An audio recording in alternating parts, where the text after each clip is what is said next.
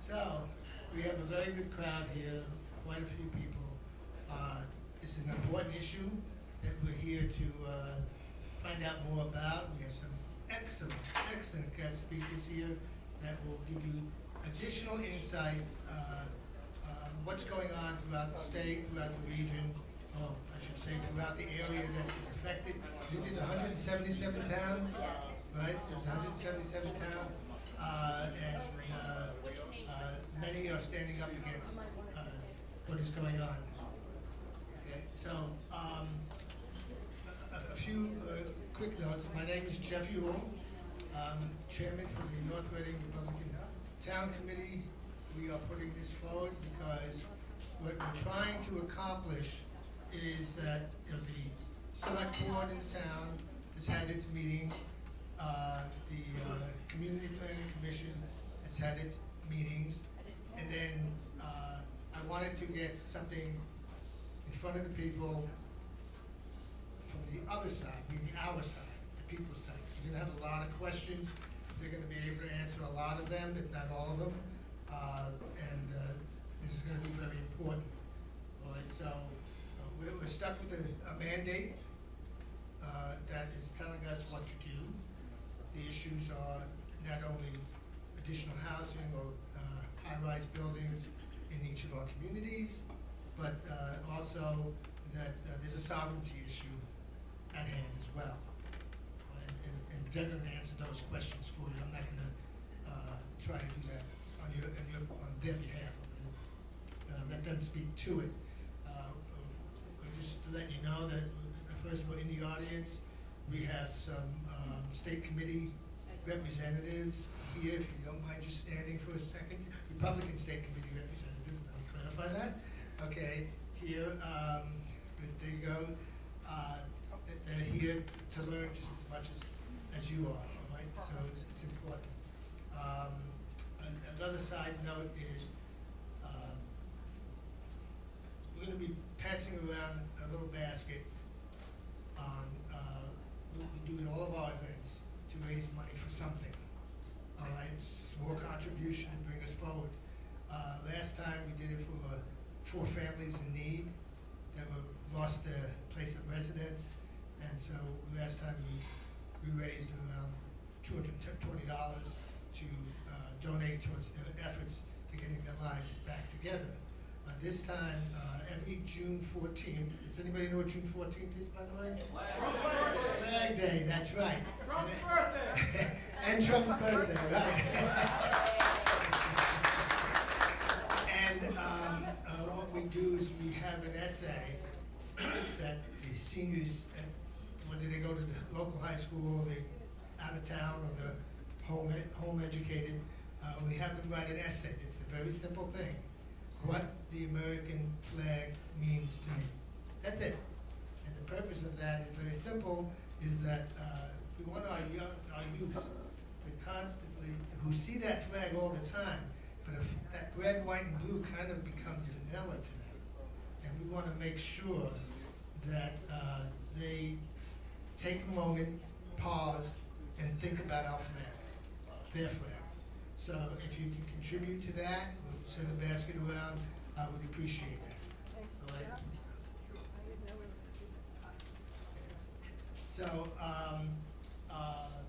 with no further ado, okay, I'm going to introduce to you Viens, and she's from Winthrop, and she's going to share information on how Winthrop is addressing the issues and her expertise on the matters.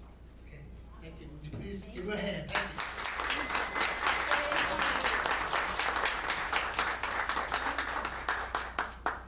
Hi, everybody. My name is Diana Viens. Jeff, what's up? And I'm from Winthrop. I am an attorney. I am a techie. I've been in technology for decades. And I'm a mother, and I live in Winthrop, and I care about my community like all of you.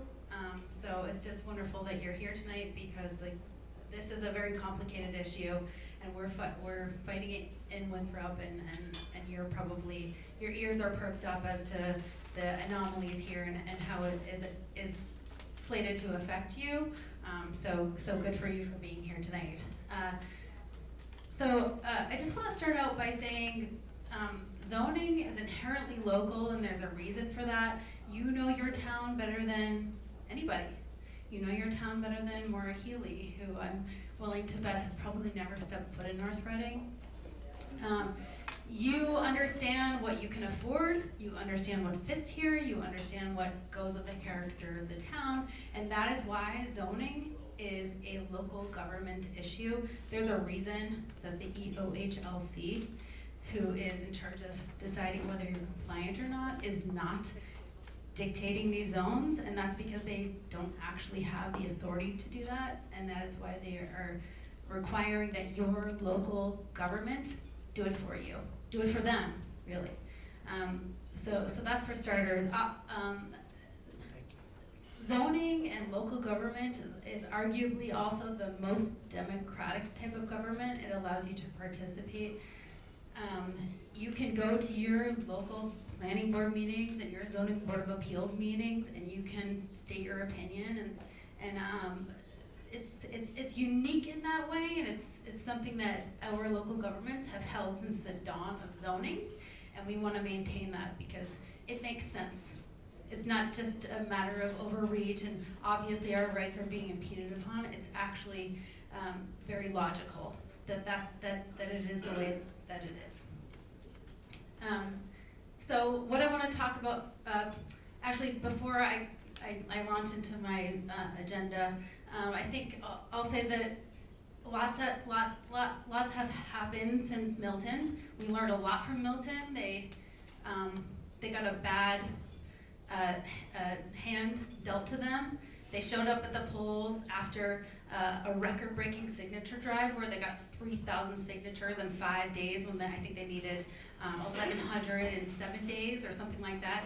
And then they showed up at the polls, lines out the door, in another record-breaking election. This was not a regular election between two candidates. This was a special election, which is even more unprecedented. They didn't agree with this plan to put this 3A zone, a zone for density, over their most congested neighborhoods, and their ears perked up and they said, you know, even being a person in this society today where you can push a button and have birdseed or nails or whatever you want delivered to your door in probably less than 24 hours, I'm gonna get up and I'm gonna do something about this because this impacts my community. That's what happened there, and that's been happening ever since. And now we have, 15 towns that are challenging this in a federal class action suit, which is phenomenal. I've never seen anything like this in my lifetime, and I maybe never will ever see that again, but it consists of 300 people, and we'll get into that in just a second. We'll talk about zoning for density. We'll talk about how the types of buildings that 3A zones for is not a multifamily like we think of them today, and why that matters. And then we'll talk about the cost of compliance. Just keep in mind that this law, this 3-paragraph law, says that you may not be eligible for 4 grants. That's what was signed into law. Not 13 grants, not we're gonna sue you because you've committed some sort of crime. You just may not be eligible for 4 grants, and chances are, knowing what I know about North Reading, what you have for expenses based on the projected increased density as a result of dictating a 3A district far outweighs what you would lose from these 3 grants. Okay. Yes, please, thanks. All right, North Reading's 3A quota. So you are an adjacent community, which means that you have to zone for an additional 750 units. That's not 750 people, that's 750 units. That doesn't take into account how big you are, or what you've already got, or whether a high high-density district even makes sense in North Reading. It's just a percentage, 10% of your existing housing stock based on the category that you were assigned, which is adjacent community. Same thing in Winthrop. 10% of your existing housing stock, we're 1.6 square miles. You all are 13.57 square miles, and does that sound right to you? Yes? Yeah. And I can't read my own. And how many people? 15,000. And you've got 15,000 residents. That's a lot. The reason that's important, and the reason I highlight it is to just shine a flashlight on the arbitrary nature of this law. If we go to the next, and before actually we go to the next slide, obviously who's exempt? Boston, the Cape, the entire western half of the state. Who lives in Boston? Andrea Campbell lives in Boston. She lives in Mattapan, across the way from Milton. They share a historical trolley. My senator also lives in East Boston, which is exempt. Our train station that links us to the MBTA Communities Act is actually in East Boston. And if you've heard of Lydia Edwards, the one that said we're going to crush people, that's my senator, so that's no fun at all. In any case, if we have a housing crisis, then everyone in the state should be all hands on deck, right? We should be figuring out how to house people that don't have homes, not cherry picking people who happen to be of the 177, who for one reason or another made it on this list. Next slide, please. So 3A, because of this very arbitrary calculation, which in my mind was probably a little bit of an oopsie, because of the rushed nature of 3A, probably all the use cases that could come up weren't necessarily considered. And as a result, we have situations like this. So here is, and not trying to pick on West Newbury whatsoever, nobody should be subjected to this, but here's West Newbury, who's about the same size as you all, and has a third of the population, and has to zone for 87 units. Yeah, 87. That's not fair, just in general. They have more space, or same amount of space, far less people, but it's a result of this sort of defunct, unfair calculation that the state has rolled out and decided that based on your existing housing stock and the category that you were assigned, which is adjacent community, you're just going to get this quota that you have to abide by. It's really unfortunate. Next slide, please. All right, so what does this mean for North Reading? I was doing a little research last night. I noticed that North Reading has, your population has increased by 1,162 people in the last 13 years. That's you know, that's pretty normal, I would say. Let's talk about the expected population increase with 3A, and I'll explain exactly why this is. So 750 units you can think of as for units suitable with families with children. You can think of as times 4 or 5, conservatively, because you can stuff as many bedrooms in any of those units as will fit. So you can expect a population increase of about 3,000 to 4,000 residents, which is a lot, obviously. What does density do?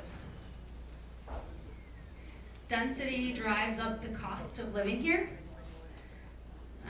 More teachers, you all know this, or you wouldn't be here today.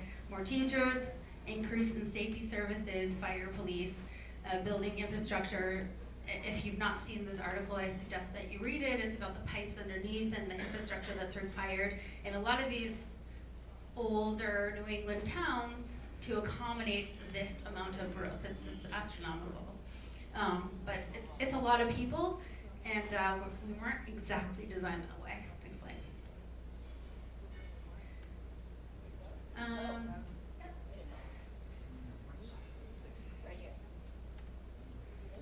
Next one, yeah. So let's quickly talk about why that is. So 3A apartment buildings are not like, you've heard this multi-density, or sorry, multifamily term a lot. You know, why wouldn't towns want to add more multifamily units near a transit station? That seems perfectly logical. Well, they're not what you think of today as multifamily units. You know, the traditional New England style duplexes, even triple deckers. These are, the law says that you have to have a building that has no minimum bedroom size and no maximum number of bedrooms, and that there can be no occupancy limit, which is very, very strange. So when you think of these types of buildings, they're really like what you see on the screen here, which is kind of like a 5/4 or a 4/4. It depends on what your height limit is right now, at least now, and unless the state changes what those guidelines say. They have 5 times, by the way. So a 5/4 or 4/1 or 5/1, that's like bottom floor concrete, and then the top is something that you would see lining Revere Beach. And again, no shade on Revere Beach. That's just the way that they've designed their construction, but I don't see a lot of these types of buildings here in North Reading. A lot of people talk about this idea of paper compliance, and when I first heard about this law, me and my husband were sitting around and we're thinking, how can we kind of get out of this? This is before everyone started doing it themselves. This idea of paper compliance came up, and that's because the law allows you to put this zone over existing apartment buildings. This is our big plan.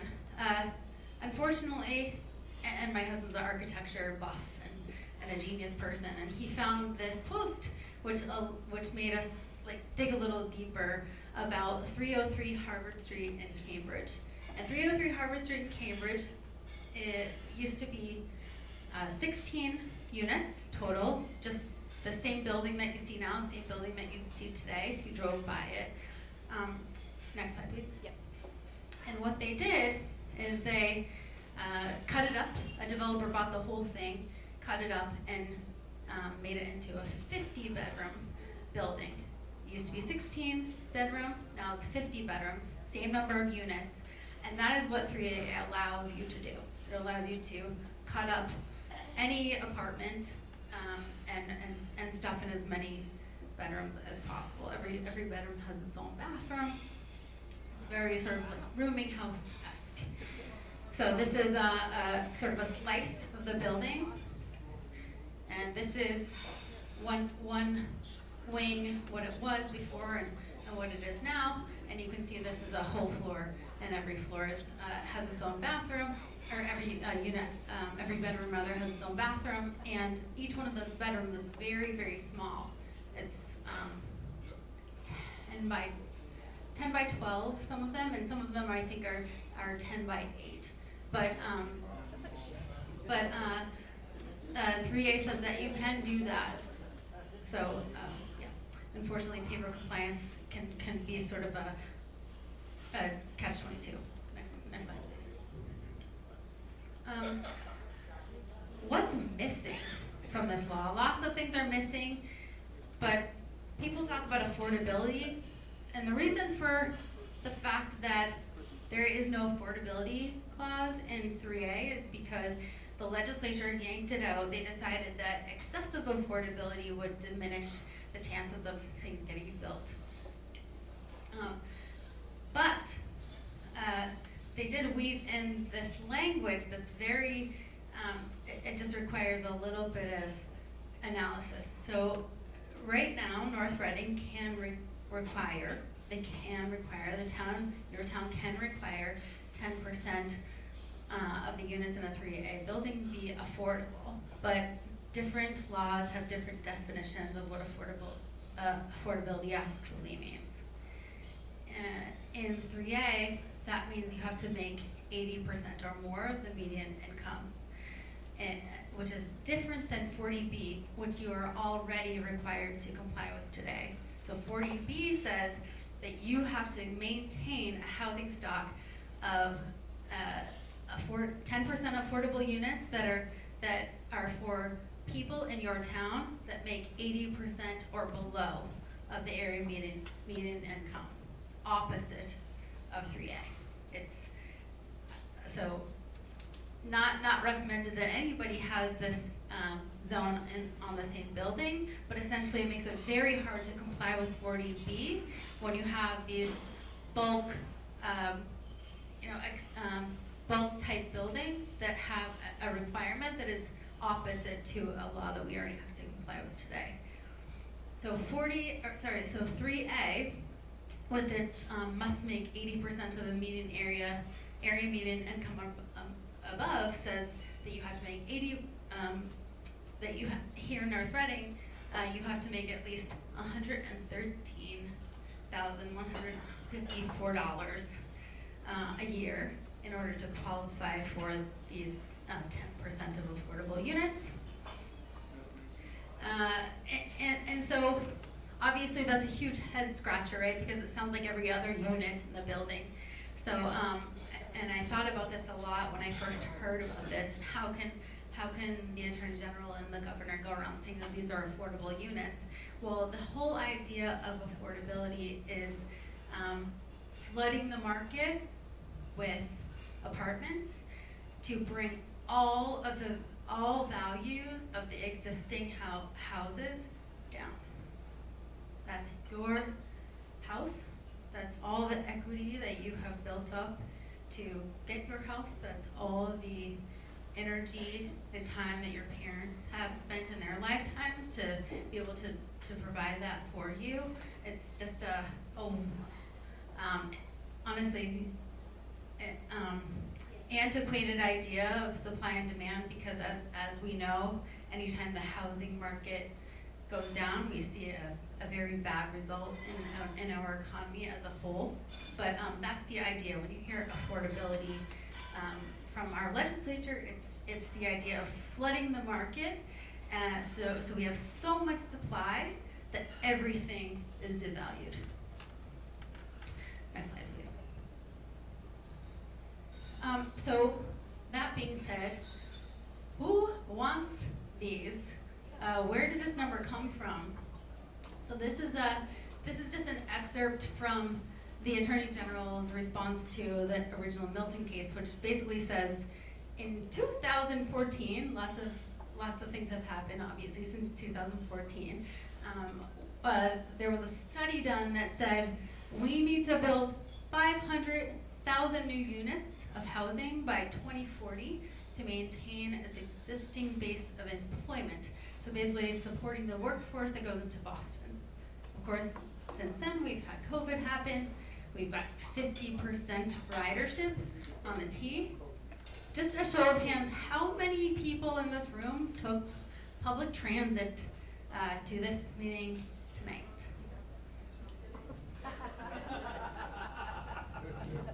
So yeah, this doesn't really make sense, and a lot of people obviously work from home now. I know I do. So this is sort of based on a very defunct principle from the get-go. Also, this idea that we are going to stuff any unit full of more bedrooms is based on the idea when you hear suitable for families with children, who needs 5, 6, 7 bedrooms these days? What families do? I don't know many, and that doesn't sound like a great way to live in general.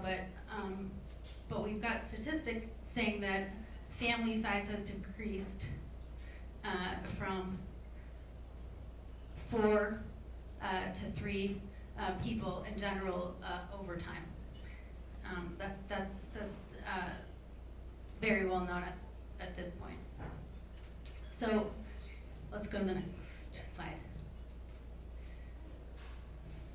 Also, home home buyers overwhelmingly want single-family homes. And I looked up North Reading's statistics on your housing stock. I hate these words, housing stock, housing production. It feels like we're economic units or something, but essentially you've got a good amount, and that's because people like them.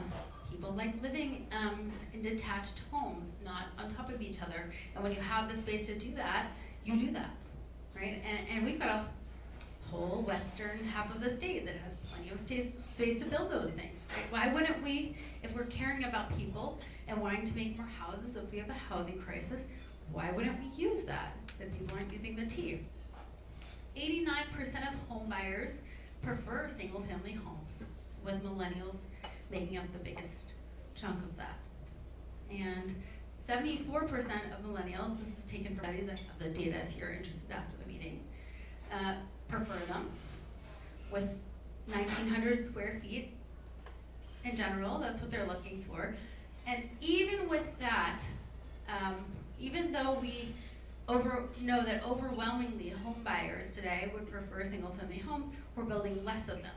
Nevertheless, they're still the top, they make up the top sales of homes today. Next slide, please. So this is a slide that shows the percentage of purchased single-family homes in 2023. I can't see my notes, but and this is about, I want to say, like, I can't see my notes again, but I want to say that 84% of what's purchased, despite the fact that in the same year only 61% of what was built were single-family homes. So we're building less of them, but we're still overwhelmingly seeing the sales represent home buyers' preference for single-family homes. Next slide. The cost of compliance.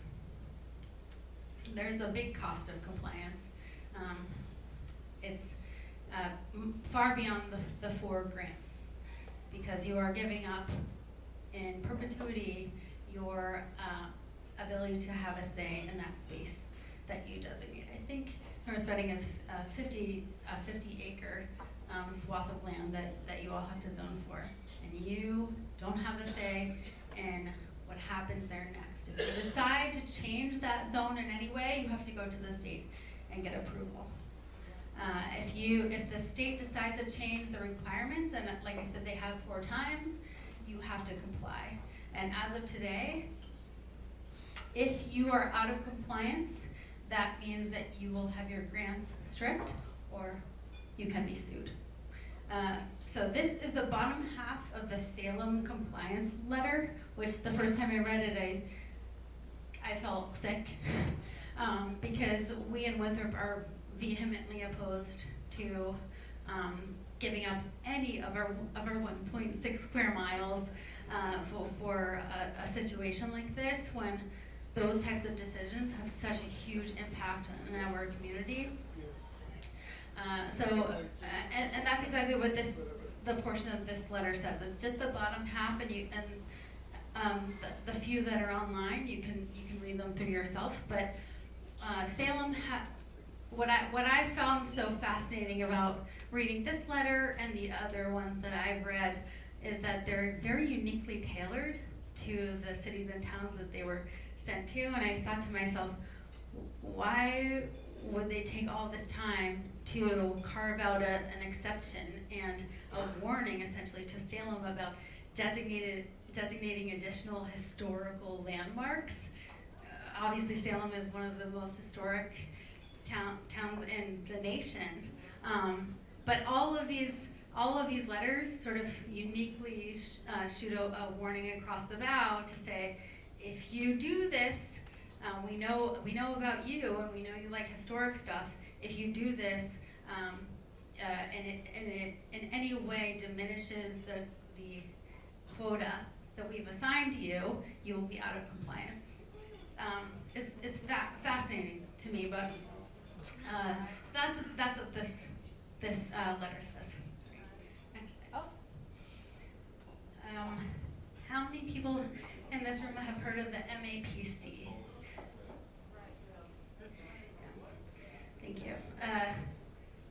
Massachusetts Metropolitan Area Planning Council is one of these state agencies / nonprofits that are going around and helping towns with compliance.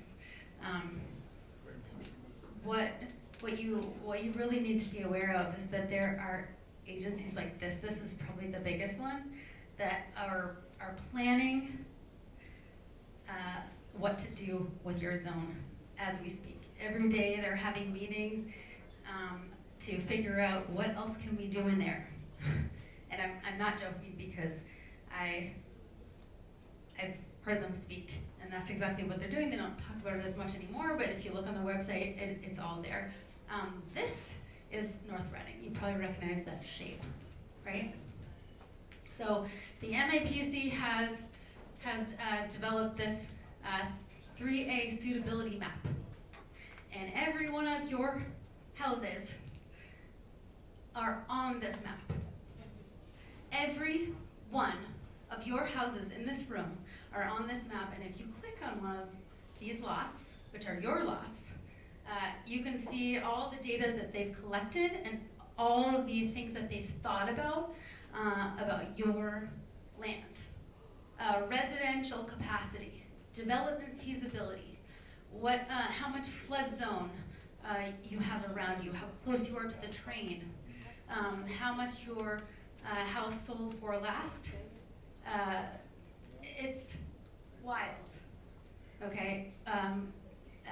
When I first saw this, and it wasn't as sophisticated when I first saw it, I felt ill.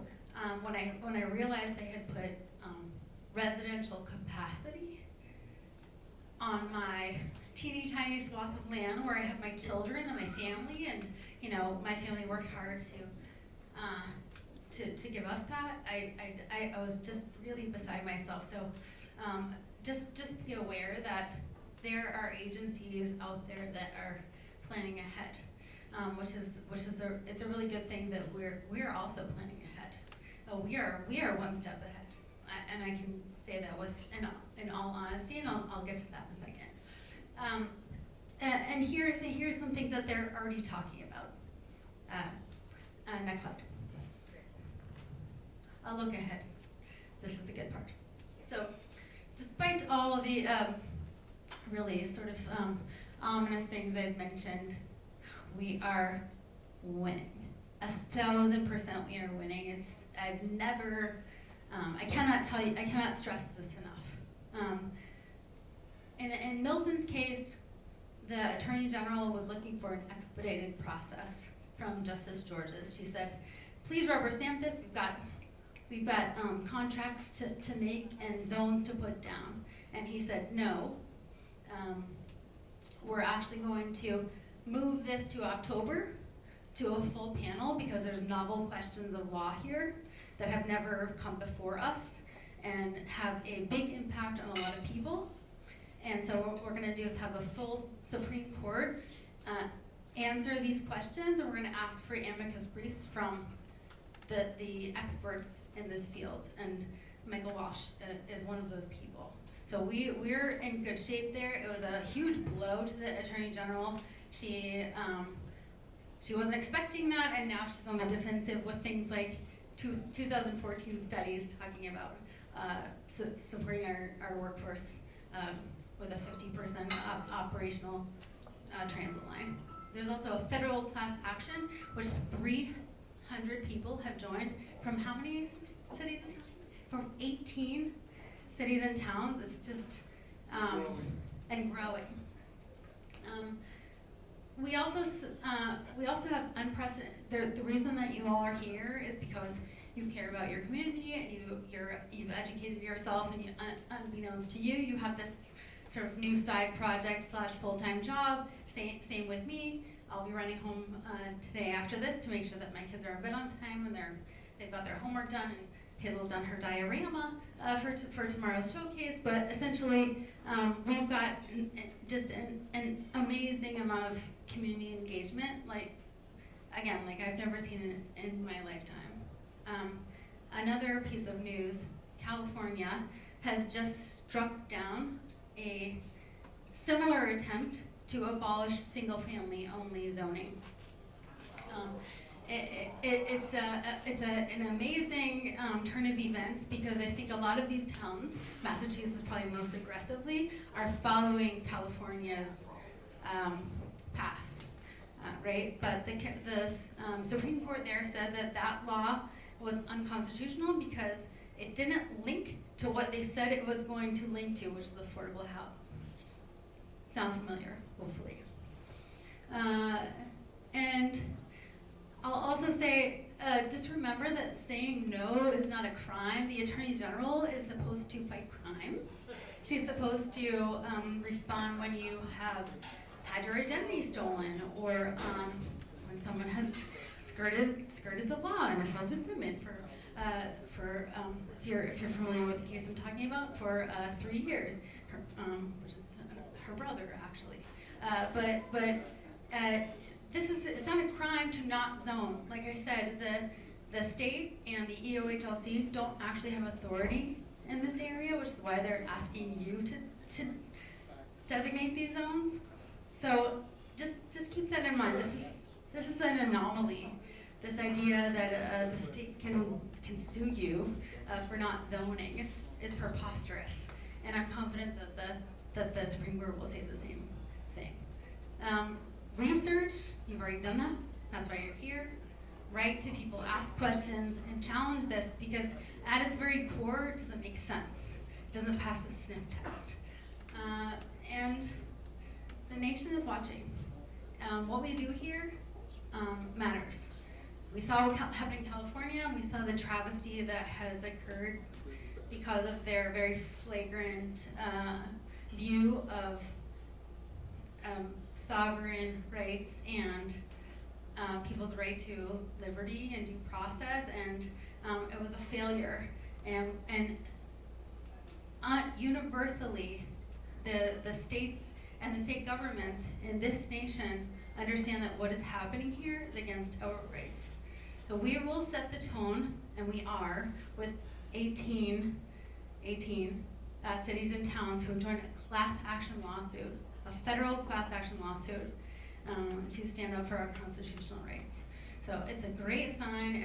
It's really, despite the sort of really negative way in which we all came together, it's a really unifying effort that's happened here. So just know that your being here alone matters such a great deal, and it shows how much that you care about your community and you're dedicated to making this go away. So thank you so much.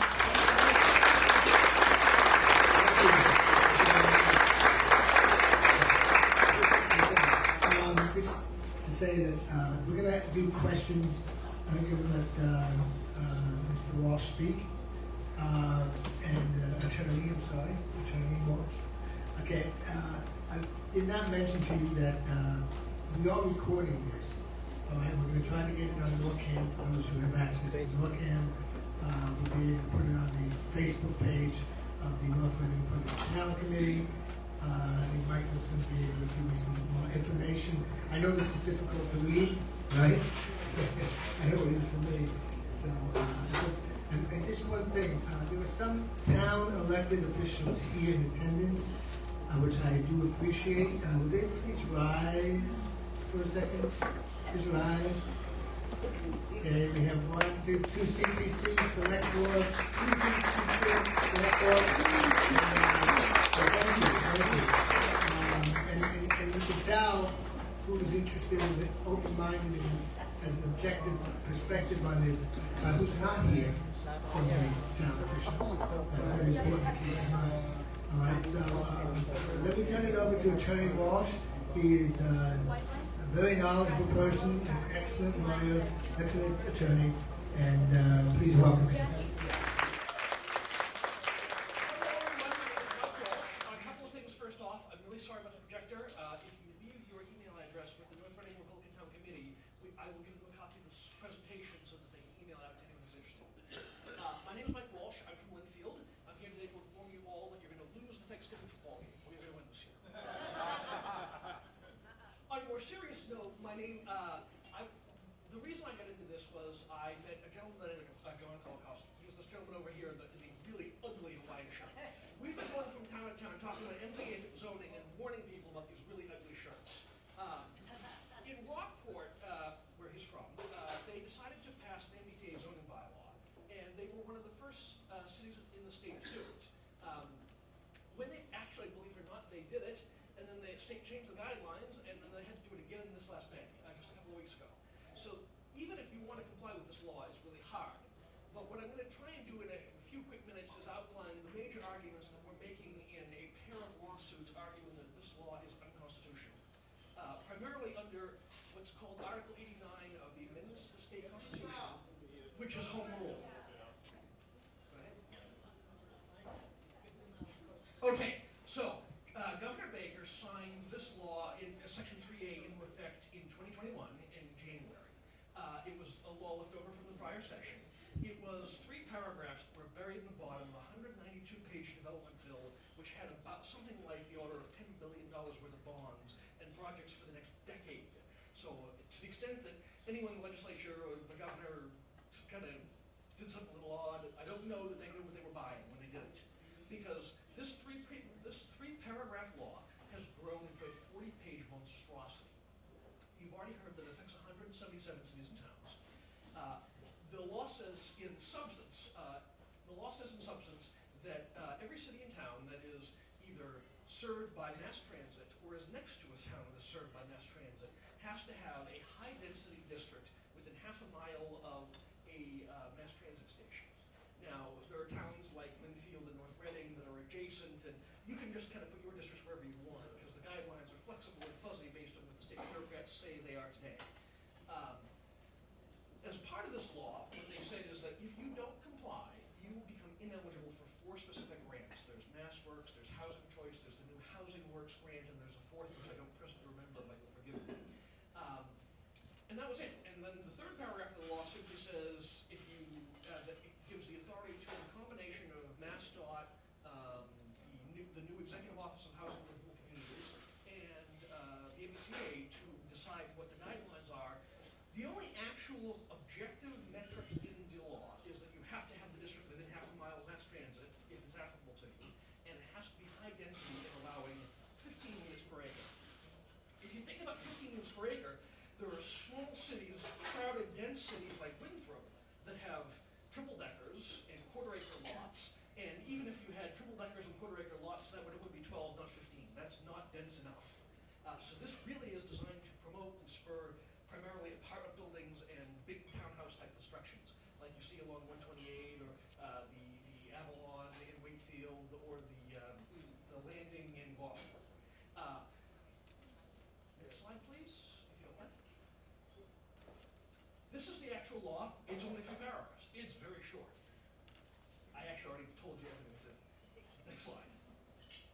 One of the important things to know is that when this law was sold to the legislature, the specific provision, they said this is affordable housing. We are going to go out and create more housing that's going to allow children moving out of their parents' houses or college students moving in the area to stay here. It's designed to help stop us from bleeding populations, designed to the proponents argue that the number of single-family housing construction has gone down dramatically at the same time that the total population numbers are rising. And so their argument was that we're going to come to a crisis and we need to produce more housing. In the same breath, they have targeted this law to produce, if you add up all the numbers across 177 cities and towns, this is going to produce, is supposed to produce, or authorize 289,000 new units across eastern Massachusetts. That's basically the 495 corridor all the way around. Big piece of pie. They also wanted to allow for the creation of accessory dwelling units as of right, so-called in-law apartments. And they're hoping that just by trying to allow or encourage this as of right across Massachusetts, that they're going to produce straight up right 64,000 new units. Just think of that we're literally jamming more people into smaller space. It's really incredible. But one of the most important things to note is that this law, even though it was intended to be affordable housing, is not in any way, shape, or form affordable housing. This is a snippet from the actual guidelines as currently implemented. They've been changed 4 times for those keeping track. This is the 5th iteration. And what it says is that we might allow you to put a 10% affordable housing requirement on any new construction in the zone to help you tread water on 40B. But if you go any higher than that, like if you want to gain ground on your 40B commitment,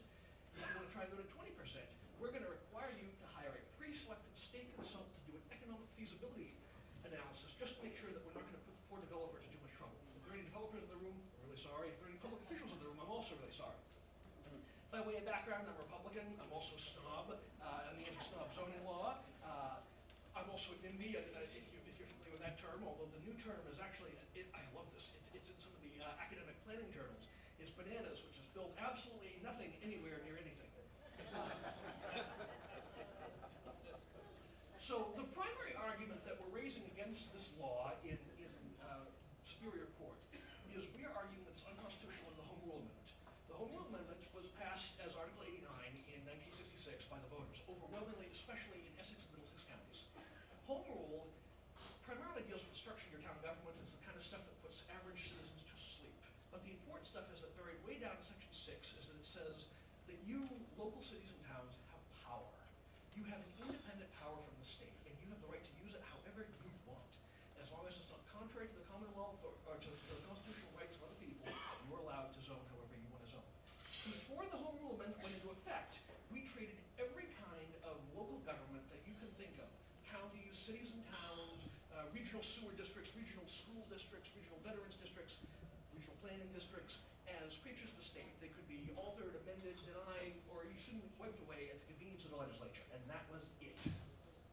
Close, Jim. Sorry. Mike and I never get along well. I'm a Mike. It's you. So this idea about local government being creatures of the state to be abolished or altered at their whim was based on a 1902 federal Supreme Court case called Dillon, which established what was called Dillon's rule that all local government is the creature of the state. The voters got sick and tired of it in 1966, and they voted in Home Rule, which says the legislature can't change your local government without your consent, and then it also gives local government the power to zone. What does Home Rule mean? Forgive me, this is, in the center box here, this is actually a quote out of Section 1 of the Home Rule Amendment, and I absolutely love it. It says, the Home Rule Amendment was adopted to reaffirm the customary traditional liberties of the people with respect to the conduct of their local government and to grant and confirm to the people of every city and town the right to local government, to self-government in local matters. This literally says that you can zone for your, you can solve, if you want to be a trendy city like Brookline and ban nip bottles or plastic shopping bags or any other aggravation, you can do that. If you want to be a farming town like Oxford, you can do that. If you want to be a seaside port like Gloucester, you can do that. What's local is what's good for you, because local people know what's best for local problems. One of the things that the opponents who are in favor of this law is that they argue, oh, well, in our lawsuit, believe it or not, one of the Attorney General's arguments against us is that the legislature is the supreme zoning power and we can do whatever we want. They're literally arguing that it doesn't matter that you have local zoning control because they could just do it if they wanted to. I find it telling that they didn't. I mean, the legislature knows how to draw maps. Anyone who's affected with politics knows that they redistrict every 10 years on the federal census. The legislature can and does draw maps when it suits them, and they didn't want to be anywhere near this. They didn't vote it, they didn't draw it. They're asking your local cities and towns to draw it, and then they're trying to tell you, the voters, that you must do it. When the law says that a town or city must vote to adopt, in the cases of towns with open town meeting, they're talking about you. In an open town meeting, the local legislative assembly is the voters when they attend town meeting. So they're trying to tell you how to vote. And if that wasn't a giveaway as to what's going on, when you're Milton and you vote the wrong way, guess what happens? So these are some quotes from some 1970s cases, and I promise we'll email out the presentation, which confirm that zoning is one of the independent municipal powers under the Home Rule Amendment. It belongs only to the cities and towns. The state can't interfere, can't compel, can't coerce. Now, there's some kinds of laws that we want to be uniform, like the building code and the electrical code. And those laws are allowed to preempt, but when they do, they preempt by working to a overriding state purpose. When the matter is tied to geography, when it's tied to a locality, then it is fundamentally a local issue, and we are contending should be determined by the localities under their local zoning power. Technically, according to what the cases say, the right to adopt zoning rules, and not all towns do. Essex doesn't have any zoning, which I still find to be amazing. I like that. So theoretically, the right to have zoning rules comes from two sources. The legislature can delegate it to your town and say, I'll give you power to have a marijuana dispensary or what have you. or else it's your own local repository where under Article 89, Section 6, you decide, buzz off state, I'm going to do whatever's good for me. I'm going to put my adult entertainment district down next to the chairman of the board of selectmen, or whatever have you.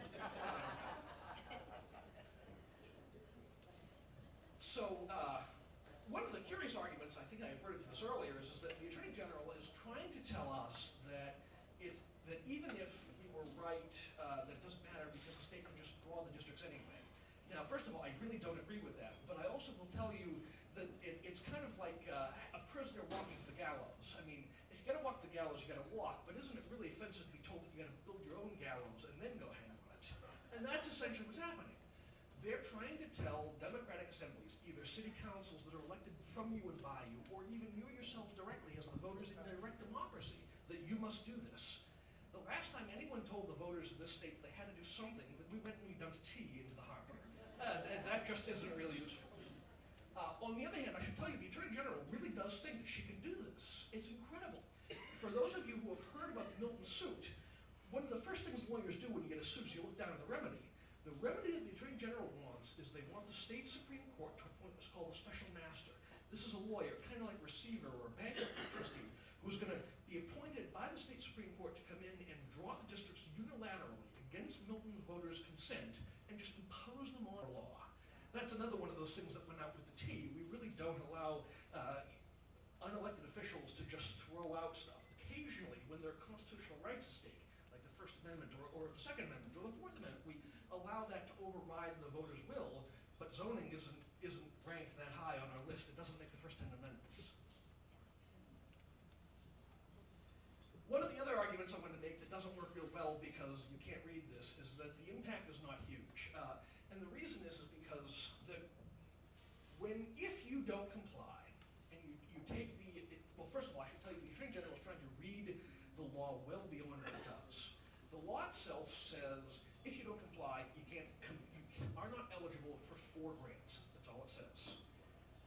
There is a doctrine called, lawyers when they interpret statutes use a set of tools called the canons of statutory construction. One of them is, forgive me, my Latin's terrible, but it's something like expressio unis alteris exclusus. The expression of one thing is the exclusion of all others. If I go to the trouble of saying that the penalty for murder is death, then what business is it of anyone else to add any other penalties? I can't say that in addition to death, you're going to forfeit all your assets, or I can't add other items to the Christmas tree.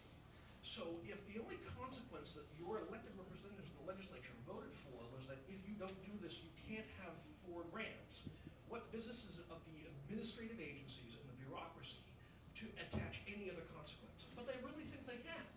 The State Housing Department has announced that there are 13 other grants that they are going to not let you have or even compete for if you do not have one of these owned. They're going to hold it against you. It's a sin, you're a bad boy, and they're not even going to let you submit an application. The other thing, by the way, is that it only preserves your eligibility. For everyone who's running around saying, oh my God, we're going to lose money, this is only your right to compete for the money. I'm over 18, I bought a Powerball ticket, I'm going to compete, and I'm going to win, right? That's essentially the same logic that the opponents who are trying to push this are arguing. It's really incredible. Anyway, back to the numbers. If you'll forgive me, in North Reading, these are the statistics from the State Department of Revenue's Division of Local Services for the last 15 years. And then on the right-hand side, I promise you'll be able to see it when we email this out, but we blew up your state aid and your total receipts. Your total receipts this year, at all from any source, were $99 million, including enterprise funds, CPA grants, and everything under the green sun. Your total state aid, which, barring a couple of exceptions, is every dollar the state gives you, minus the 2 exceptions. I'm sorry, Bobby. People online are having a hard time hearing you through the microphone. Sure, I will try my best. How's the microphone? Here, let me hold my tie. It's a nice tie, Linfield colors. Did I tell you we were in the football game? So the state aid numbers is, with a couple of exceptions, every dollar that you receive from the state, and it's only about $10 million for North Reading. And I'll also tell you that the kinds of grants that they're competing for, even if you have a really great grant writer, are only about 2% of the state aid numbers. So we're literally talking for maybe $500,000. You're going to be asked to go out and allow zoning for hundreds more units. That's not a bargain. And it's only allowing you to compete for it, and I swear it really isn't a bargain.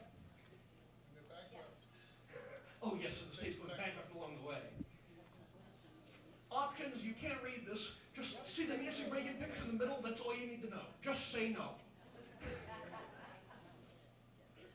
We actually have been putting in process our lawsuit. The state is trying to argue that we don't have standing, which I found is the strangest thing. Normally speaking, to a citizen on the street, the way I explain standing is you gotta have some skin in the game. You know, why do I care what you think about zoning if the outcome doesn't affect you, if it doesn't affect your property or your life? But we're the legislators, because we're open town meeting and we're the voters, and it affects us, our neighborhoods, and the quality of life in our community. We're arguing that we have some skin in the game anyway. The Attorney General has actually elevated the standing argument to make a duty argument. They say that we have no right, that she doesn't have to do her job, and that we have no right to make her do her job. Because she has no duty to us to do her job or to enforce the law, we can't sue her to make her do it. I find this to be the strangest thing I've ever heard. So one of the other arguments that we're making that you should take cognizance of, and this actually will haunt you for years, well beyond 3A, whether it goes up or down. In politics these days, if you don't like the outcome, change the process. It currently stands that if you want to make any zoning changes, it has to pass a town meeting by a 2/3 majority. But as part of that economic development bill that Governor Baker passed, for 4 preferred programs, they lowered it to a simple majority. We're arguing that that also violates the Home Rule Amendment because that's the structure of your local government. If you want to have a supermajority to protect you from zoning changes, you should be able to. However, the Attorney General isn't content with just allowing these 4 programs to go forward. In looking at the approvals of the bylaw letters, because the Attorney General approves every bylaw that every city or every town, not cities, towns pass, she's interpreted the 4th subclause under the new Section 5 to say that if you're changing any zoning requirement that would increase housing production, you only need the simple majority. If you want to change the setbacks, if you want to change the zoning, if you want to move one lot from one zone to another zone, if you want to do anything that's going to create more or denser housing, the Attorney General has interpreted Section 5 to say that you only need the simple majority, not the 2/3. I don't know about you, I think that's terrible. So in terms of other arguments that we're making, we're also arguing that this is violating the unfunded mandate law. Everyone here in most towns, I believe, are familiar with Proposition 2.5. You guys all have a rough idea? Part of the deal on Prop 2.5 was... No unfunded state mandates. You got it. Part of the deal on Prop 2.5 was that the taxes weren't going to go up, but the state was going to stop putting unfunded mandates on cities and towns. Well, now they're coming in and saying, well, you got to draw this high-dense district. And this is so complicated, they've got tools like the one Diana showed you up. And believe it or not, in order to, under these 40-page guidelines, they've got a formula. The formula bows on essentially 2 independent... You have to have a certain amount of acreage dedicated to allowing this dense housing. And then you also have to have the ability to produce a certain number of units to meet your quota. Now, you don't have to do it in the same place, or you could average them. And this is not directly authorized in the law. It's all the administrative agency believing that they have the right to do this. But, for example, in order to try and help attack paper compliance, for example, there was a guy we were talking to in Manchester, and he thought when he first heard it that it would be just the coolest thing to draw this district around the graveyard. Not a bad idea. He also wanted to draw it around the dump. I love that idea. The problem is that there are bureaucrats who you pay handsomely who spend 40 hours a week sitting in Boston, and they work professionally at trying to figure out how to screw with this. And so they created what they called the excluded land calculation. Now, municipal land, ocean, cemeteries, dumps, and other kinds of things where you want to put it if you wanted to resist but not say no, don't count. And if you try and draw your district around them, even if you were for it, even if you went in the tank, if you draw your district in the area, it doesn't count. They're going to throw it out anyway. More importantly, just to show you about state control, they also really want you to submit your, normal bylaws, goes through the planning board, there's a report, there's a hearing, anyone, even people who don't have property in town are entitled to come in and have their say. Then you go to town meeting and you vote it up, we assume. Then the Attorney General says, well, maybe it's not a good idea, but it's legal, and then it's in. Now, the state, for this, wants you to submit a separate packet to the State Housing Department for their pre-clearance review. And then, if you at town meeting use your democratic right of the floor to make any changes, they reserve the right to say, well, you don't comply anymore. And then after you're done, they want you to submit it back to the Housing Department and to the Attorney General and have both of them sign off on it. And the State Housing Department has also said if there are any deviations, you're not in compliance. If your acreage shrinks, for example, conservation land doesn't count, let's suppose this very generous gentleman over here in the really ugly Hawaiian shirt is going to is going to leave his land to the Manchester Essex Community Preservation Trust, so that it's a nice green space. That will tank Rockport's compliance, and then they're going to have to add another acre to their 50 acres, otherwise it won't work. So anyone in the district can screw the town, even if the town is trying to comply. And you know this because Rockport passed a TOVD district to try and comply with this in May of 2022, and they were back in May of 2024 because it didn't work. Even when you have people who are in the tank trying to comply with this, it's hard. So I ask you, if you have to do this complex formula, and your poor municipal planning staff, who is normally at 0.5 position, maybe a full-time position if you're lucky, plus some volunteers on a planning board, maybe on a kind of community preservation committee or something on the like, all of a sudden you have to do all this work, you have to have all this planning expertise. A, you're going to invariably hire the pre-selected state consultant with using the state money grant that they give you, but it's a huge drain on your effort. You have to draw it, you have to keep a calculation, you have to aim for compliance, and you have to keep in compliance and monitor non-compliance. I don't know about you, that sounds to me like an unfunded mandate, because the state isn't paying a dime. And so under the auditor law, part of the Prop 2.5 deal is that if they put an unfunded mandate on your town, it does not go into effect in your town until the state stumps up the money for it. That is Chapter 29, Section 27C of the general laws.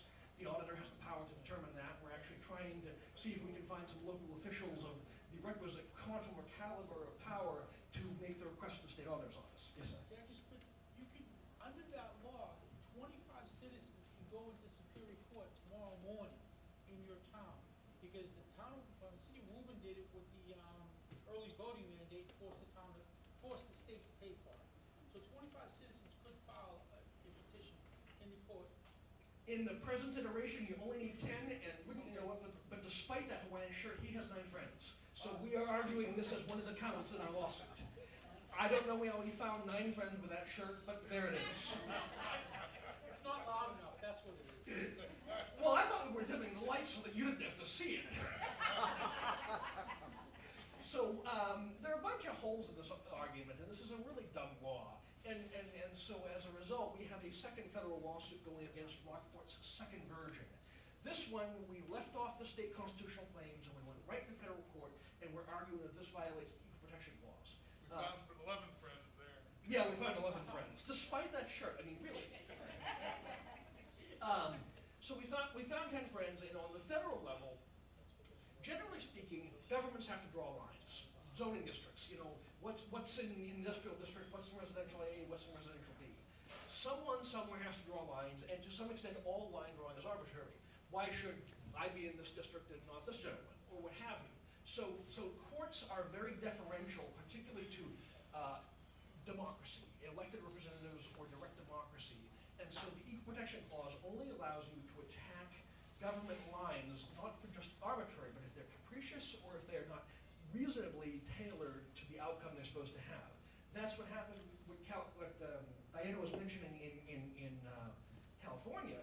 They had a rule that was supposedly the compelling government interest was affordable housing, but the remedy about banning single-family zoning has nothing to do. There's no correlation between requiring duplexes and promoting affordable housing. You can't even make one. It is so beyond the pale. So we're arguing a similar thing in Rockport in the federal suit. We also have been trying to convert our first suit into a class action because the Attorney General is arguing that we don't have standing. And generally speaking, it is impossible to dismiss a class action because if any one of the 100 people or 200 people or 1,000 people, if anyone could conceivably have standing in a class action, then the case can't get dismissed on standing. So we have been going, as we've been going around and doing these talks, we've actually been asking people to put together committees of 10 to join us. We've got 18 towns that have signed on and more than 300 people. You already heard that. We're in the process of trying to our class certification motion will be heard with a motion to dismiss on May the 28th in Superior Court. And so we're hoping for a good result, but I'll let you know what happens. So these are the municipalities at my last count, and I'm not as good as Steve Stearns, who's actually maintaining the website for this Facebook group. He actually has put a real map up.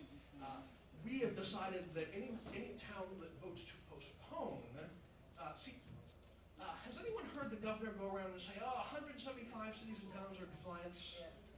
So the reason is because as soon as this mandate was dropped on the housing department's door, they said, whoa, 177 towns, how are we gonna do that as staff?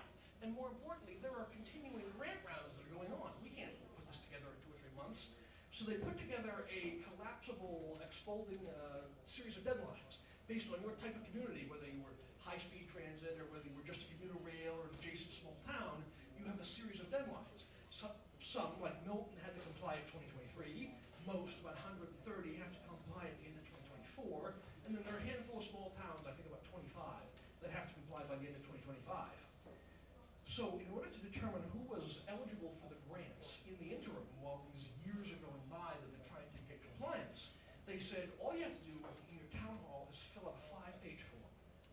You don't even have to be a public official. You could just be the planner in the department with a full-time job and think, so I have to do this and I sign the form. All I do is create a plan that might bring me into compliance, and then I can comply. And I will check off that I'm compliant. The only one who held out was the guy in Holden. The guy in Holden said, take your log, shove it, and he didn't even fill out the 5-page form. He says, I don't need your grants, give them. So that's why the compliance number that the governor cites is so high, is because they found someone like the chairman of the planning board, or the town planner, or the town administrator, or the chairman of the board of selectmen, who didn't necessarily have any democratic mandate, or may not have even known what he was doing, to fill out a 5-page form that says, sure, you've got to comply with state law, and until then, I can get grants if I just fill out a form. That's the compliance numbers they're talking about. So don't believe this is any great democratic buy-in. The towns that I have here on my list for not complying or for resisting, or those who have postponed with the intention of not complying or what have you, I've got Milton, Wakefield, Marblehead, Littleton, Holden, Marshfield, Hanson, Norwell, Rowley, Middleborough, Tewksbury, Hanover, and Hopkinton. Nahant, excellent. The more the merrier. I believe there are about 15. Back to the planning board. Some of these have punted it back to the planning board and others haven't. The reason it makes a difference when you're like, say, Littleton and you voted it down is also in the zoning law, we try and prevent the voters from getting overwhelmed. If you bring a zoning article and it gets defeated, you can't bring it back for 2 years without the consent of the planning board. So the folks in Littleton deliberately brought up a bad article and they deliberately voted it down. And they were so terribly pleased about that, and I don't blame them. So they deliberately locked themselves out of compliance, and I think they were doing pretty well by it. This is, depending on how you count, the state likes to boast the compliance numbers are really high with the 5-page form. The state housing department likes to boast the numbers are really high. They put the numbers somewhere in the 70 range. The way they get there is these are the people who have passed at the town meeting and then submitted to them, and either it's been approved or it's waiting to be approved. By the way, I don't know that they've ever turned down one that's been submitted to them, except potentially for Rockport, and they probably just looked at that shirt and they just couldn't help themselves. You laugh. We've done this presentation in about 15 towns, and there's been a Hawaiian shirt at every one. I mean, you're joking about it in the first one, and the Hawaiian shirts, he must be buying more, they're getting louder. It's really amazing. So in terms of the law, even if you want to comply or determine who's telling the truth and who isn't, I mean, I could be spitting this out misinformation, you never know. But what I can tell you is that if you wanted to comply perfectly, you have to run it through the Attorney General and the State Housing Department. I ran the Attorney General's database, and there are only about 20 towns that have even mentioned MBTA zoning articles going through. Now, maybe they're in the pipeline, but in terms of approvals, that's less than 15 by my count. So in terms of the towns that are resisting or voting it down or postponing, I'm going to call myself even. I think that's pretty fair. I've got a metric and I can explain how I got there. I don't know that the wizards at the political arm of the state executive are quite so forthcoming with how they get to their numbers. I put this up there because some of the towns that we've been going into are not in compliance with 40B, and so they hear zoning and they just spasm out. I blame the Hawaiian shirt, but even if you couldn't blame that, as Diana said, they have made it practically practically impossible to comply with both 40A and 40B at the same time. If you comply with 40A, you're going to get predominantly more market rate housing, and it's going to be dense. If you comply with 40B, you're going to get more apartments, and they literally split the line at 80%.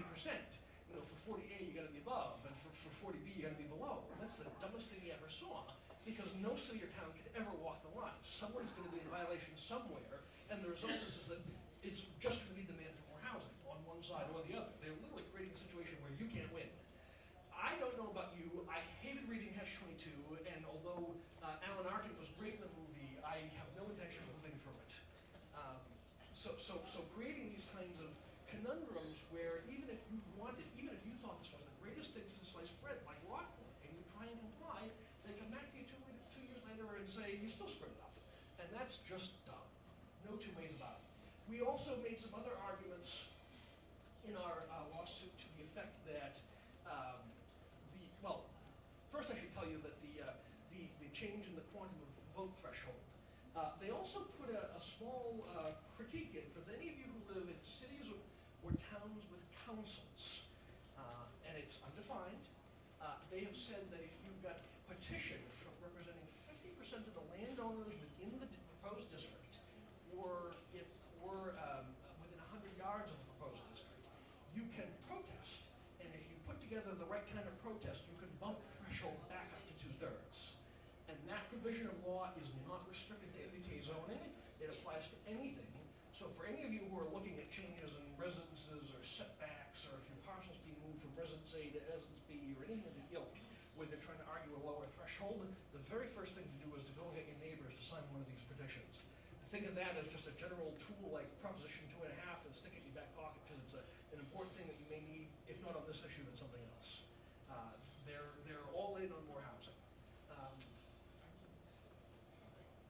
Okay, I think that was it, and now other than asking for questions, I'm going to give this to Ms. Yull. Thank you very much, Michael.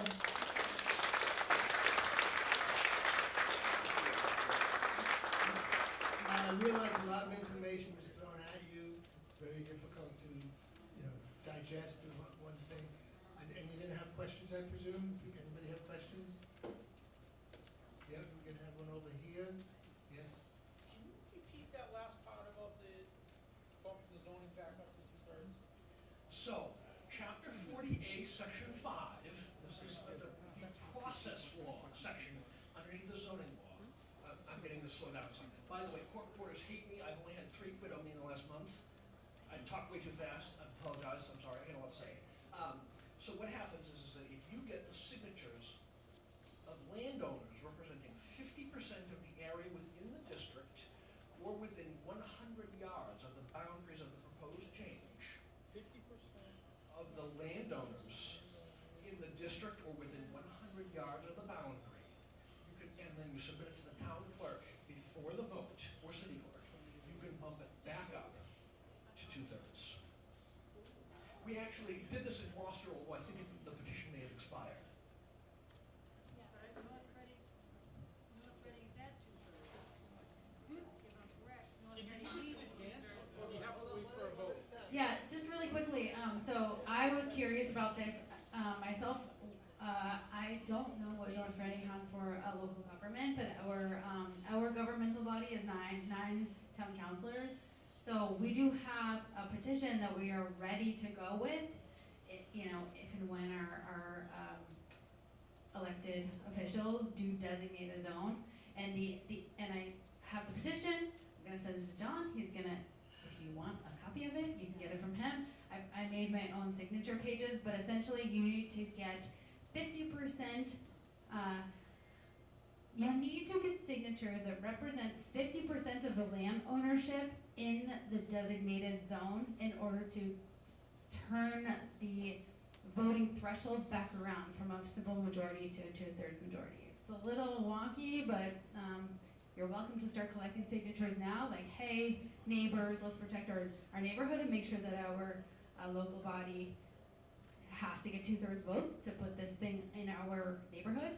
But I don't know actually what the local government structure is here, so I mean, Yeah, but I just I got a question on this. You say in the district that the MBTA law applies, or just within? Any zoning change where the lower threshold, and the lower threshold now applies, the lower threshold applies in any zoning change that promotes more housing or denser housing. Even if they're just changing the setback on your lot, that applies. It's a lower to simple majority, and this petition process bumps it back up for any of the lower thresholds, including housing production, including the adoption of ADUs, the adoption of Chapter 40R, anything of the other. And the reason they did that is because they were finding that it was hard to pass these things, just so you know. They did that, they lowered the voting threshold, they said, if you have 9 people, now you only have to get 5 of them to say yes instead of 6 of them. They did that because they found that these abominable suggestions weren't passing like they wanted, yes.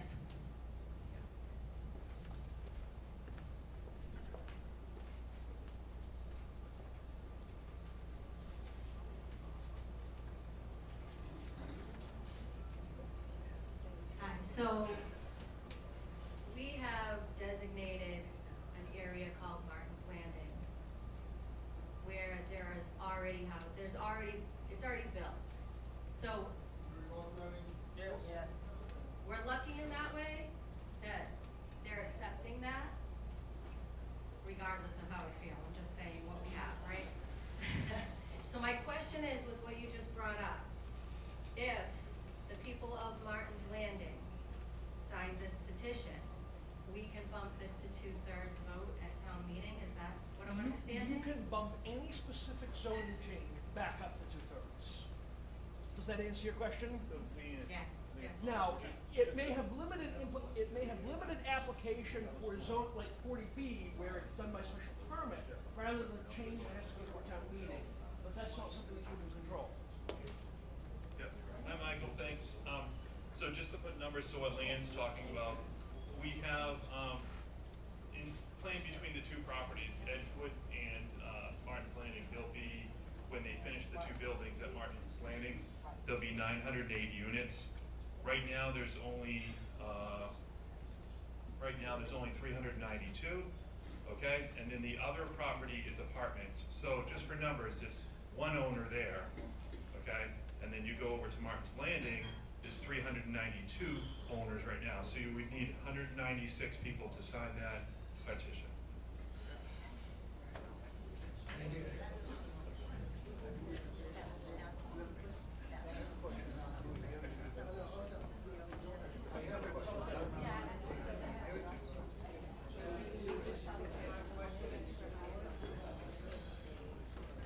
My question, I don't know what this applies to, if it has any bearing in it you talked to, but I remember in one of the meetings, maybe 2, 4, 5 meetings ago, the town moderator said that he changed the bylaws in the town to require a simple majority rather than 2/3. Isn't that? The state did it. Oh, state did it? Okay. That's this law. Okay. I heard something like that. I don't know. I call it Hotel California law. It's easy to get in, but you can never get out. Not only that, but the lower threshold for MBTA zoning only applies if you want to go into it, not if you want to change it or get out of it. Hotel California is exactly right. Yeah.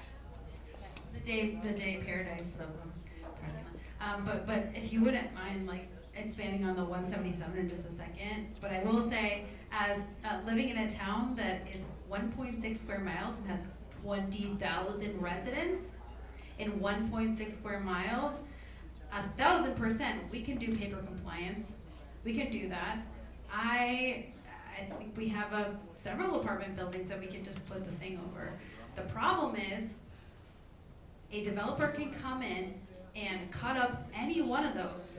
You know, something goes up for sale. I don't know if there are people in this room that own multiple properties. I know a lot of people that do, and they are getting bombarded by investors right now looking to buy them out buy up, pay over asking, etc. It's a really, really hot market, and this is sort of what we have left as an industry in this country, oddly enough.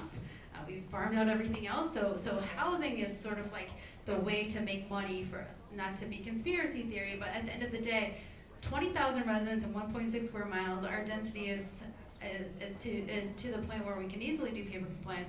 The problem is this new thing that we found out, where any apartment building that you put it over, they can override your local zoning laws, they can override condo association laws, and they can buy up a two-bedroom place and put 6 bedrooms in there. In Winthrop, I tried to look up North Reading's zoning code and I couldn't quite figure it out, but I bet people in this room have a better understanding than me. In Winthrop, we require a 1-bedroom unit to have at least 700 square feet. That's a livable space for a human being. 3A overrides that entirely and says however many bedrooms you can stuff in there is allowable.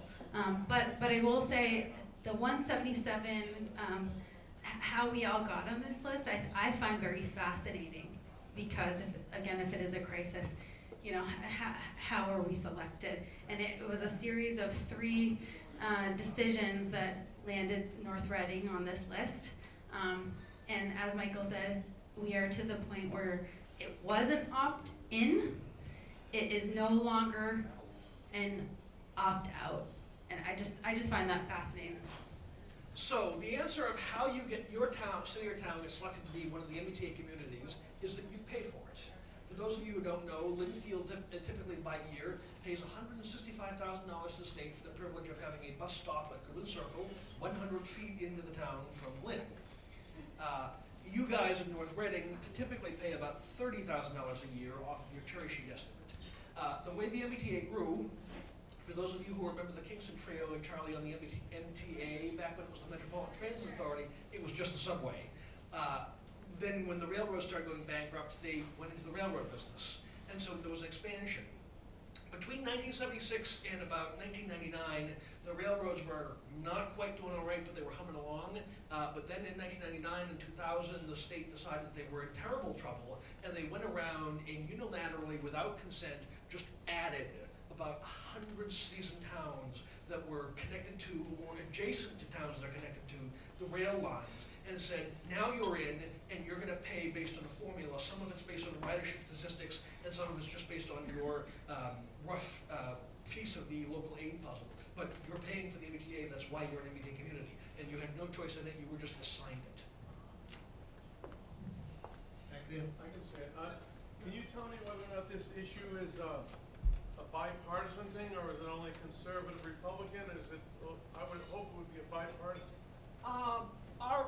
We have got, as we've been going around the cities and towns, the cities and towns where you get municipal officials that are opposed to it tend to be more conservative. The Republican towns in Worcester County and Plymouth County, and the more rural towns in Essex County. But I'll tell you that we had, actually, believe it or not, the committee from Hamilton went out and they got 50 signatures, and the majority of them were Democrats. They were actually very concerned that this was going to be a partisan issue, and they didn't want to hear anything like Trump or MAGA or anything of the green. They said, we're opposed to state overreach, we're opposed to zoning, we're opposed to the elimination of single-family zoning, but we don't think this is a partisan issue.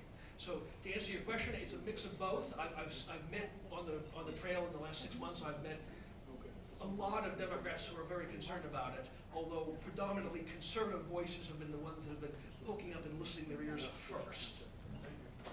Wait, I'll Yes. just say, So in Winthrop, we're overwhelmingly registered independent. I'll be honest and say that I typically have always voted Democrat. This is not a partisan issue. This is bringing people out from all corners of the world, meaning the world of Massachusetts. But this is about our rights as people who live in the world, and I have not found anybody trying to link this. Well, there's some outliers, but generally speaking, I've not found people trying to link this to one party or another. This is simply a matter of our rights to exist unimpeded in our pursuit of living in Massachusetts. Thank you. I always say it's a little bit different. people who are registered as Republican, registered as Democrats, or unenrolled, we're on the bottom run. So we're all the same. We all have very similar beliefs, and some that are different. Where there is no creativity is at the State House, because that's dominated by the Democratic Party. All right, and because that is so, they run the gamut to do anything they want, how they want, when they want. So sometimes I do my best to distinguish the difference between what's going on in the state and what we are trying to do together as people. Okay, so I try to distinguish that, and there is a big difference. Okay, are there any additional questions? Okay, so yes. Oh, that's right. Yes. Hey, folks. If anyone has Facebook, we're encouraging people to join the MBTA multifamily zoning. It says, no thanks, keep your grant money. So the one thing that I want to make sure is that everybody answers all the questions, or you will automatically be denied. So please sign up. You'll find out what's going on through the entire state. There's a lot of people from all over the state in there. We've got over 2,100 people, I believe, in there at this point. So go ahead and join. Diana and I are part of the administrators, so we'll make sure as long as you answer everything, you'll get approved. What's happening on that site is we're going to have we're going to have a website that we've got somebody, Steve Stearns, is working on right now, so that we will be able to use that for all the informational purposes. But for right now, it's just the Facebook page. And when we announce the new website, which isn't going to be just for the MBTA, it's going to be for all stuff Massachusetts, but we're starting with the MBTA just because it's so important. So please make sure that you join the site, and you'll get all the information up to date all the time. Thank you. Yes, it's MBTA multifamily zoning. And then in parentheses, it says, no thanks, keep your grant money. Okay, so join it, but eventually that website will be set up, and it will be for all things Massachusetts. We're just focusing on the MBTA right now. Okay? Give the Facebook again. Facebook page again is MBTA multifamily zoning. No thanks, keep your grant money. That's in brackets. In parentheses, no thanks, keep your grant money. Okay? Thank you very, very much. Okay, I want to. Yes. Dick had a question. Oh, sorry, Dick.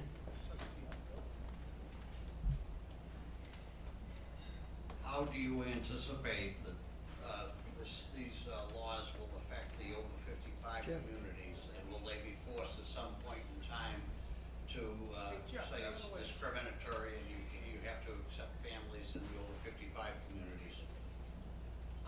So the law itself says that if you draw a complying district for any units that are to be built in the complying district and qualify, there can be no limitation of any kind as to age or status. As in to say, you can't make it has to be family friendly. You can't restrict it by age, young or old. In terms of whether it may expand or not, right now the guidelines are only targeting these specific districts, which are about 50 acres on whole. But if the concept is successful, it will grow. I'll tell you that the governor's housing bond bill, if you thought 40B was obnoxious, just wait until you see this bill. It's got a mansion tax in it. It's got what's called inclusionary zoning, which is where we take 40B and we make it a mandatory part of your zoning scheme. So all of this will continue to mushroom, I'm afraid. I think there was a question in the back. Somebody else have a question, I believe? Right there. Can you comment on the connection with UN Agenda 2030, 15-minute cities, that kind of thing? Exactly what this is. What are you talking about? You know that. I am a Republican, but I'm guilty. I'm not very wired in. I keep getting that question, and I'm afraid to say I don't know anything about Agenda 21 or any of the ilk. I'm sorry. I apologize. Keep it that way. I'm uninformed. I don't know if it's a good thing or bad thing. What I can tell you about 15, I don't quite know what you're talking about with walkable cities, but I can tell you that is a direct metric in the creation of this law. Are any of you familiar with Complete Streets? Complete Streets is a state grant program where they said, imagine the biggest, best street you have. Think a big European boulevard.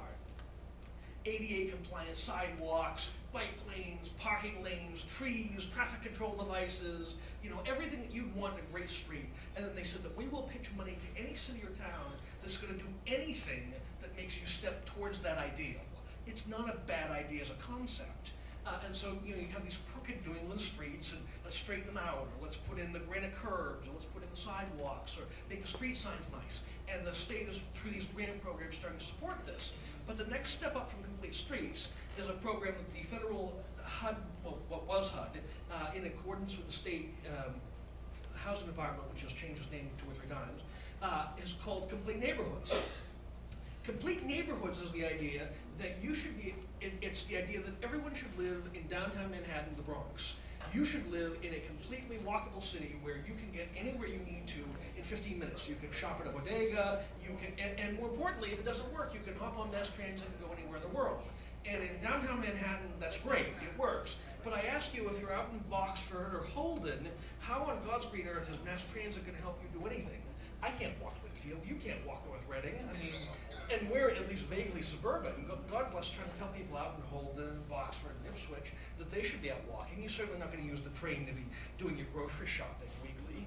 God bless you if you try. I mean, remember, this is the same MBTA that was fresh off of real hit things like the Orange Line on fire. My favorite MBTA story is summed up in the fact that last Halloween, the Boston Globe reported that they did a survey, and the single most popular Halloween costume for people between 21 and 40 was the Orange Line on fire. And on November 1st, the general manager of the MBTA announced his retirement.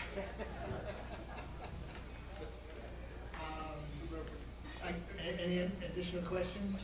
Okay, great. One back there. Where? Oh. Way back there. Oh, yes. Hi, will this presentation be available somewhere other than Facebook? I know the website's not ready yet, but like YouTube or something, because I don't do Facebook, I don't do social media. Okay, well, I just need your email address. Did you sign in? Did you sign in? Okay, first of all, we're gonna have it on NORCAM. All right, so we're gonna have it on NORCAM. It'll also be on our Facebook page, the North Reading Republican Town Committee Facebook page. So, Back okay. there. Way up back there. Oh, I know him. Come on up. All right, I'm ready. Congratulations. I saw your election. I just want to ask for our neighbors at Martin's Landing, they signed on the dotted line for a lifestyle with no kids, really. I mean, think about it. 55 and older, you're signing up for a lifestyle to live in a community that now this law, just to clarify, can squash, can allow really anyone to go in there, not just 55. Yes, this is an overlay district. Believe it or not, it's counterintuitive. Normally, an overlay district is where we say, for reasons unrelated to the underlying zoning. You give them the mic. So MBTA zoning is what's called an overlay district. Normally is how it's drawn. You could draw it as its own district, but an overlay is normally where you draw a line frequently across zoning districts, and you say for watershed protection reasons or for historic reasons, we're going to put a special series of rules in this map. But this is counterintuitive because it's going to say, let's create an island where the normal rules don't apply. This literally creates an enclave where you can't have restrictions. If you're in the zoning district, you are entitled to build as of right, no questions asked. Technically speaking, as a matter of law, you don't even have to submit to site plan review. For all those who argue that they're going to have any kind of control, yes, theoretically you have to comply with the basics of height, structure, and setback, but any other restrictions on use or age or anything of the ilk don't apply. And yes, if you draw one of these districts over one of these places, you could very easily find yourself no longer having the protection of the zoning laws that you signed on for. There you go. Thank you, Mike. This question is, I found this really puzzling, actually. Harvard 303 building that was in Cambridge, and they took a 16-unit building, and a developer came in and bought it and put 50 bedrooms. So you had 16 bedrooms. I have almost like a two-part question. So we have a unique overlay that's going on right now with the different pieces of land.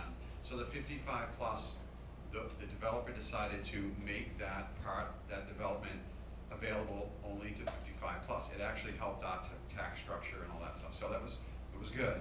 And the other part is rental property. So there's one owner and it's rental property.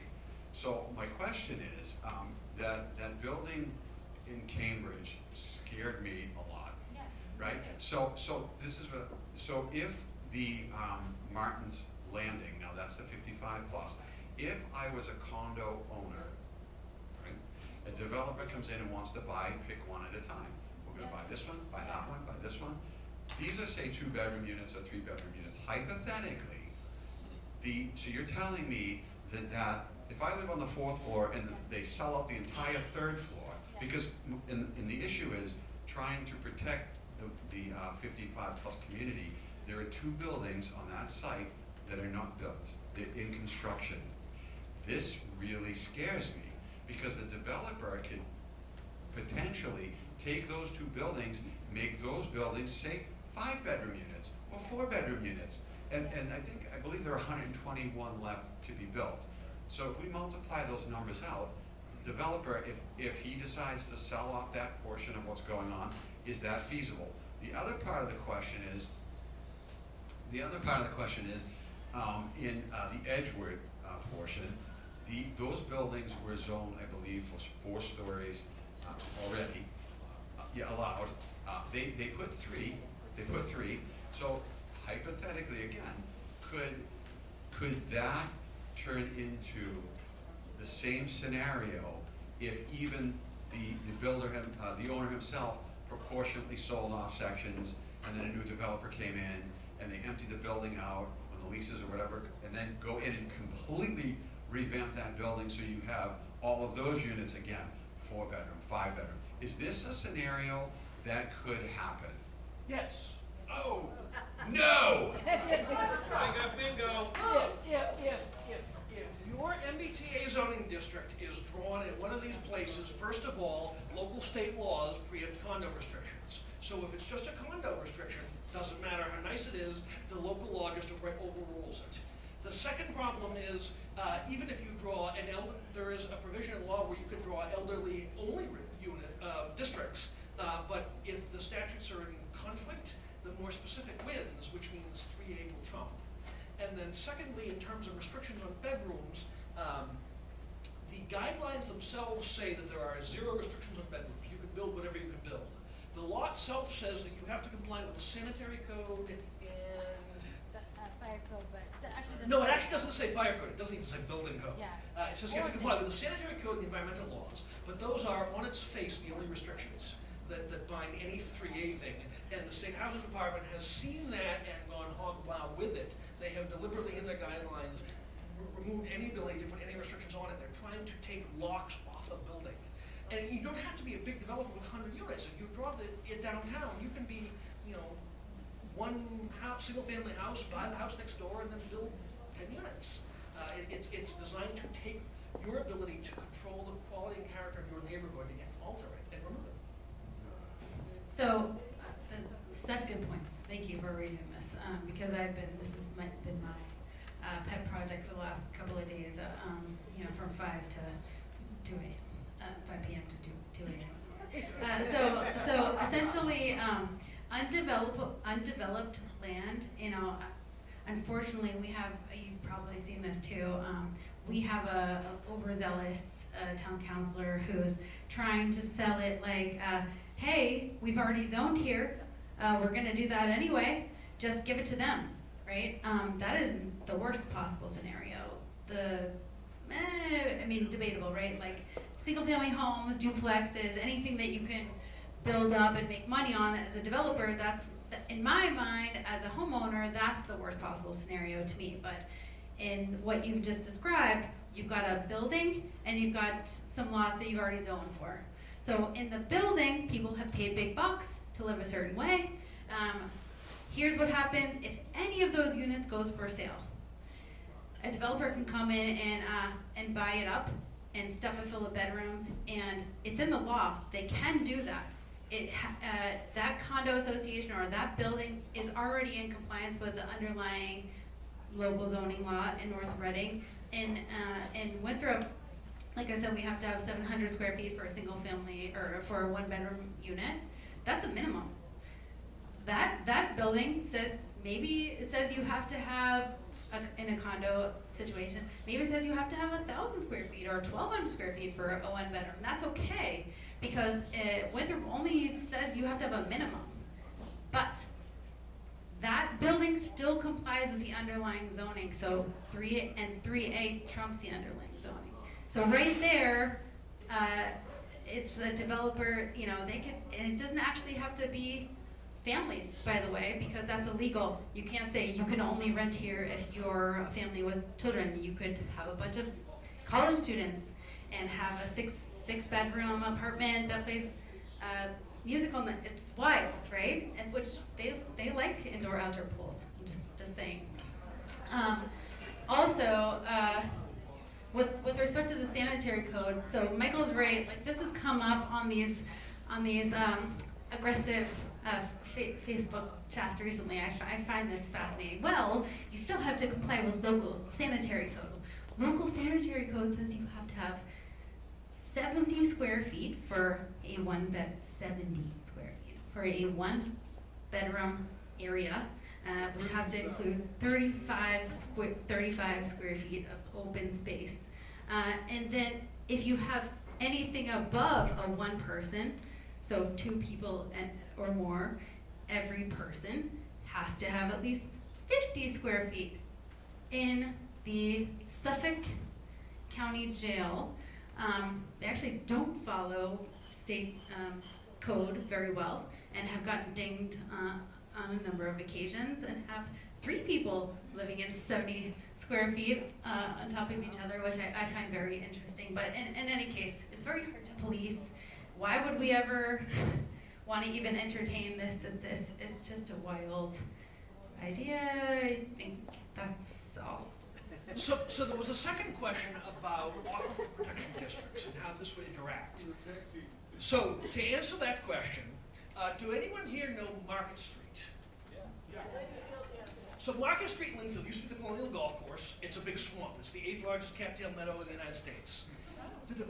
The environmental law is not a great restriction on the zoning or building here, because the developer there found a provision of law where you can swap wetlands. So he went out into the swamps in Everett, and he permanently dedicated a swamp in Everett that he bought for nothing, and said, this is now protected wetlands, and I've deemed it as protection.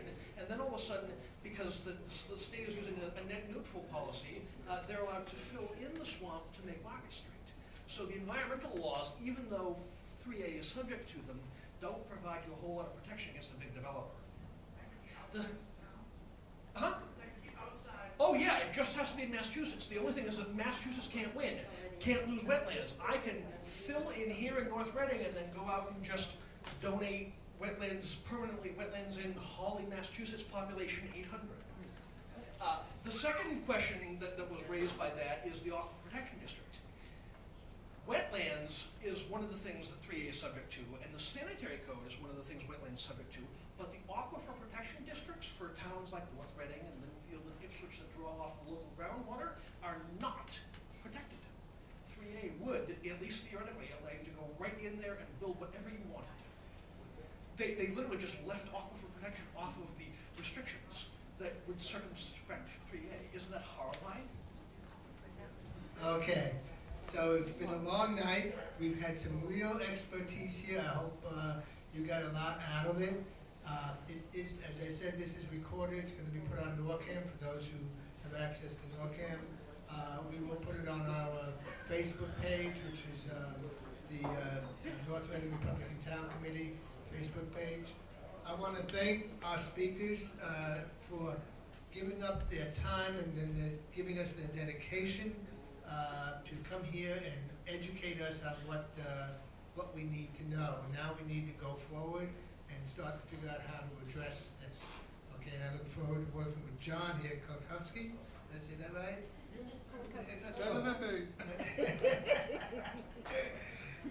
If it was the Polish version, I could handle it, but you have the Russian version, right? No, check. Check, okay. So, so I thank you for everything that you've done and educated us on. Also, everybody here, I want to thank you for your generosity, for your contribution for our scholarship that helped us go a long way. That scholarship is $750. Goes directly to the schools, to let you know, it doesn't go to the student, it goes to the school, the college, I should say. All right, so thank you very much. It was my honor to be able to put this on. My committee members. Thank you.